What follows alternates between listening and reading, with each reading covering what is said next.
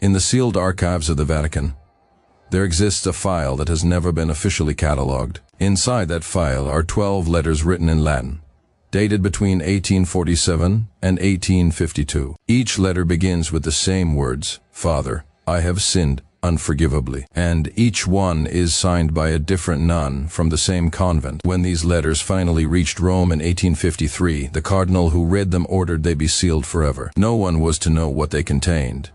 No one was to ever speak the names of those 12 women. But secrets, especially the darkest ones, have a peculiar way of seeping through the cracks of time. This is the story of 12 nuns who shared one enslaved man for 5 years in an isolated Louisiana convent. It's the story of how absolute power corrupts even those who've sworn to dedicate their lives to God. And it's the story of Matías, a man who never had the right to say no, whose body was systematically used by women who held the power of life and death over him. What happened between those sacred walls between 1845 and 1850 defies all moral understanding, and the consequences would echo through entire generations. Before we begin, I need you to understand something crucial about this story. This isn't about forbidden romance. This isn't about love that crossed boundaries. This is about rape, because consent cannot exist when one person has absolute power over another. When we talk about Matías and what happened to him, we're talking about systematic sexual violence disguised as religious transgression. Keep that in mind as this story unfolds. The convent of Our Lady of Perpetual Help stood 4 miles west of St. Martinville, Louisiana, so deep in swampland territory that it was only accessible by a dirt road that disappeared underwater during heavy rain.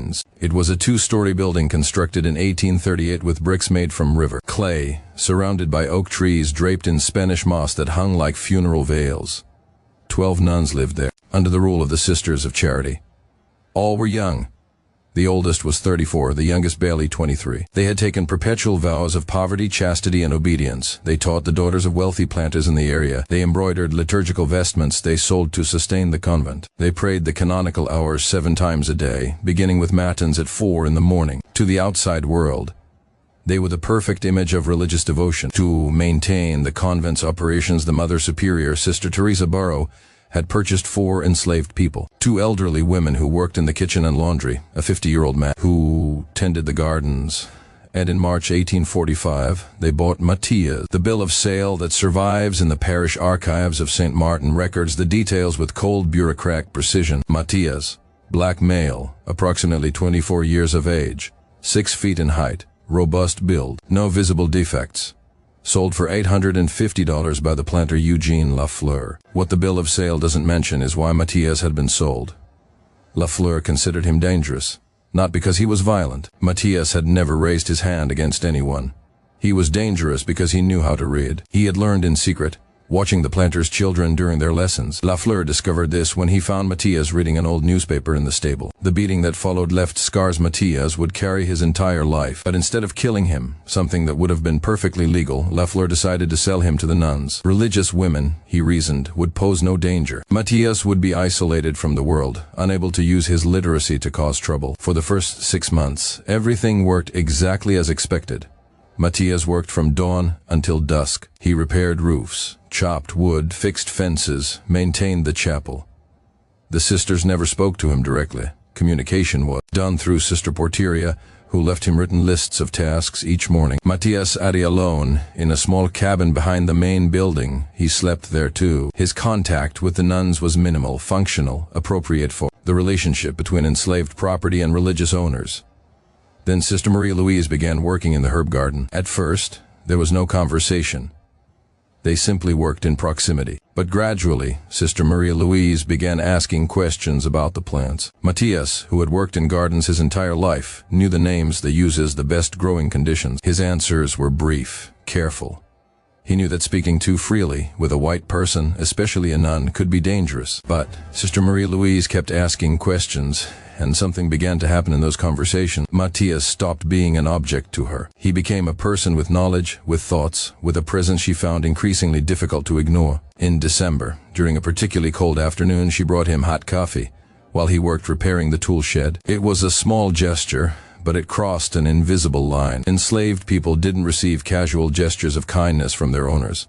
Every interaction was loaded with power dynamics, and Matías knew it. When he took the coffee, his hands trembled slightly, not from the cold. What happened next occurred gradually over weeks.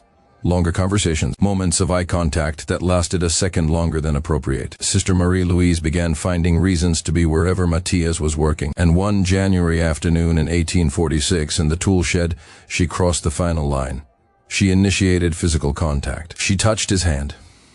And when he didn't pull away because he couldn't pull away because rejecting a white woman who owned him could mean death, she kissed him. What followed was not romance. It was not a forbidden love story between two people who found each other against all odds. It was rape. Because consent cannot exist when one person has absolute power over another. Matías couldn't say no. Saying no to a white woman in the enslaved South of 1846 wasn't an option. It was a death sentence. So when Sister Marie-Louise led him to the cabin where he slept that night, Matías did the only thing he could do to survive. He obeyed.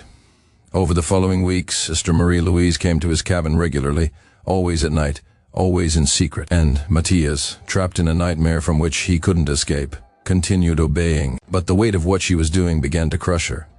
The vows she had broken, the betrayal of everything she'd promised when she took the habit. In February, shattered by guilt, she confessed everything to another sister, Sister Genevieve Marsh. Marie-Louise's confession should have ended everything. It should have resulted in severe penance, perhaps expulsion from the convent. But something completely different happened. Sister Genevieve, instead of being horrified, felt something else. Curiosity, fascination, and within 2 weeks, she too sought out Matías, and so began a pattern that would repeat like a plague through the entire community. Sister confessed to sister. And that confession, instead of creating shame that would stop the behavior, normalized it, made it possible for the next one. By April 1846, 5 sisters had violated their vows with Matías. By June, there were 8. And by August, all 12 nuns at the convent of Our Lady of Perpetual Help had sexually used the man they owned. Matías lived in a hell of confusion and terror. There was no predictable pattern. He didn't know which night someone would come to his cabin. He couldn't refuse any of them. The power they had over him was absolute. And most devastating of all, some of them acted as if what they were doing was consensual. As if he had a choice. As if an enslaved man could freely choose to participate in sexual relations with the women who owned him. The cognitive dissonance was unbearable. He began sleeping poorly. He lost weight. He developed a nervous tick in his left eye that would never completely disappear. And then, in October 1846, 17 months after it all began, Sister Marie-Louise discovered she was pregnant. The panic that followed was total. A pregnant nun was a scandal that could destroy not only the convent, but potentially stain the entire order. But before they could decide what to do, Sister Genevieve also discovered she was pregnant. Then Sister Claire. Then 3 more, 6 nuns. All pregnant. All by the same man. All facing ruin. Mother Superior Teresa made a decision. They would hide the pregnancies. Loose habits would conceal growing bellies. They would stop receiving visitors. They would find a way to make the babies disappear. Ella, one of the enslaved women who worked in the kitchen and who had been a midwife before, would help with the births. No one outside the convent could ever know.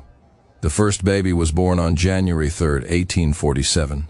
A girl, light-skinned, but with features that revealed mixed ancestry. Matías's eyes, unmistakable. The mother, Sister Marie-Louise, held her daughter for 2 hours before the baby was taken away. She would never see her again. Over the next 8 months, 5 more babies were born. 3 girls, 2 boys, all healthy, all with undeniable genetic evidence of their father, and all disappeared into the underground network the Mother Superior had created. Babies delivered to distant families with invented stories. Orphans from France. Illegitimate children of planters. Money changed hands. Birth certificates falsified. The babies scattered across Louisiana, Mississippi, Alabama, placed with families who would never know the truth. In 1848, the 6 remaining sisters gave birth. The convent had become a secret maternity house, babies being born in rooms with covered windows. Newborn cries mixing with Gregorian chants, and through all of this Matías lived in increasingly complete isolation. After the first pregnancies became evident, he had been moved to a cabin deep in the cypress forest, so far that the chapel bells couldn't be heard. He worked alone. He ate alone. He saw no one except when one of the sisters came at night. He had become a ghost. But something was breaking the sisters too. Sister Genevieve developed headaches, so severe they left her temporarily blind. Sister Claire stopped eating and nearly died of starvation. Another sister scratched her arms until they bled, creating wounds that became infected. The weight of what they had done, of what they had created, was destroying them from within. And Sister Jean Baptiste Mercier, the youngest of the 12, began writing in secret. At night, after compline, she wrote everything: the names, the dates, the locations of the 12 children, the money paid. She wrote about how it had started with Marie Louise and spread like disease. She wrote about Matías, about how none of them had given him a choice. She wrote the complete truth because she believed that secrets of this magnitude eventually poison everything they touch. In April 1850, 5 years after Matías had been purchased, Sister Jean-Baptiste did something extraordinary. She wrote to the Archbishop of New Orleans. She told him everything. She attached documents, names of the families who had the children, copies of falsified birth certificates, complete evidence of 5 years of systematic rape disguised as religious transgression. And when the Archbishop arrived at the convent 3 weeks later, he brought 4 priests and 2 lawyers. What happened next was not justice. It was cover-up. The Archbishop interviewed each nun separately. He examined the documents. He confirmed that everything Sister Jean-Baptiste had written was true. 12 nuns, 12 children, 5 years of systematic abuse, and then he made his decision. The convent would be closed immediately. The nuns would be dispersed to different orders across the country, forbidden from ever contacting each other again. The 12 children would remain where they were, their true origins never to be revealed, and Matías would be freed. But there was a condition. Matías would sign a document swearing never to speak of what had happened. He would be given money, enough to start a life elsewhere, and he would disappear. The alternative, unspoken but clear, was death. Matías signed.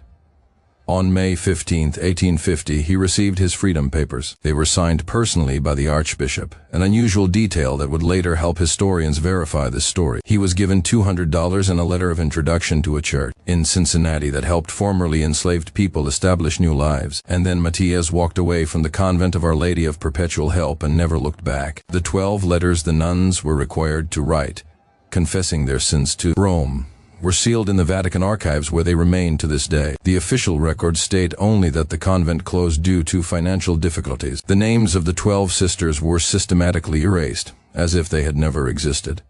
But fragments persisted. Matías arrived in Cincinnati in June 1850. He changed his name to Matthew Carson. He found work as a carpenter. Within 2 years, he had saved enough to buy a small house. In 1853, he married a free black woman named Sarah. They had 4 children together.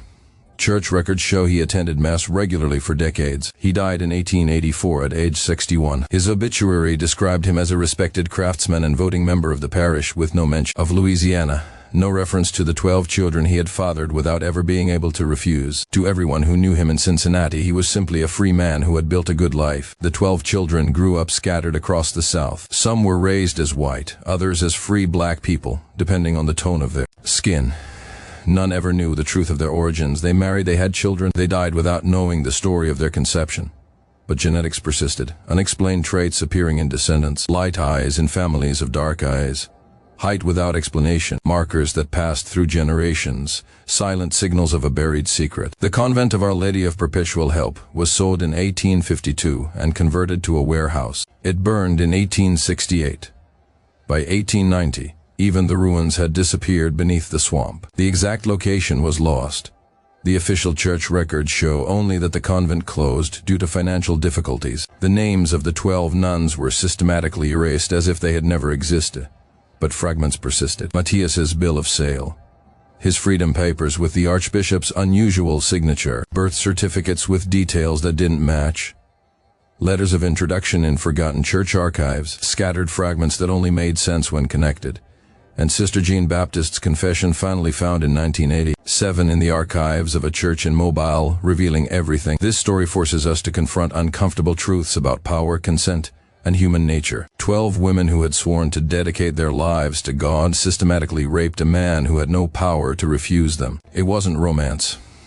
It was repeated rape over 5 years, and the system that should have protected him, the church that should have defended the defenseless, chose cover-up instead. It chose to protect its reputation over protecting the victim, because Matías, despite being the only truly innocent person in this entire story, was seen as the problem that needed to be eliminated. Stories like this aren't told to sensationalize suffering. They're told because silence allows patterns of abuse to continue. They're told because truth, however painful, is more important than the comfort of ignorance. And they're told because victims like Matías deserve to be remembered, not as objects in other people's secrets, but as people whose humanity was systematically stolen by those who had power over them. Matías survived. He built a life.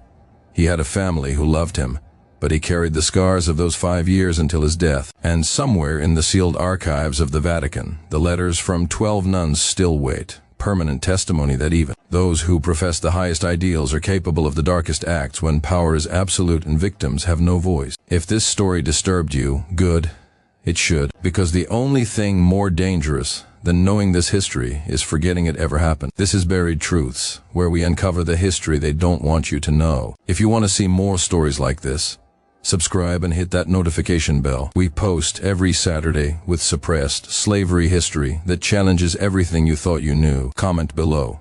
Should the Vatican unseal those 12 letters? Should the descendants of those 12 children have the right to know their true origins? Let's talk about it. Until next week, keep digging for truth.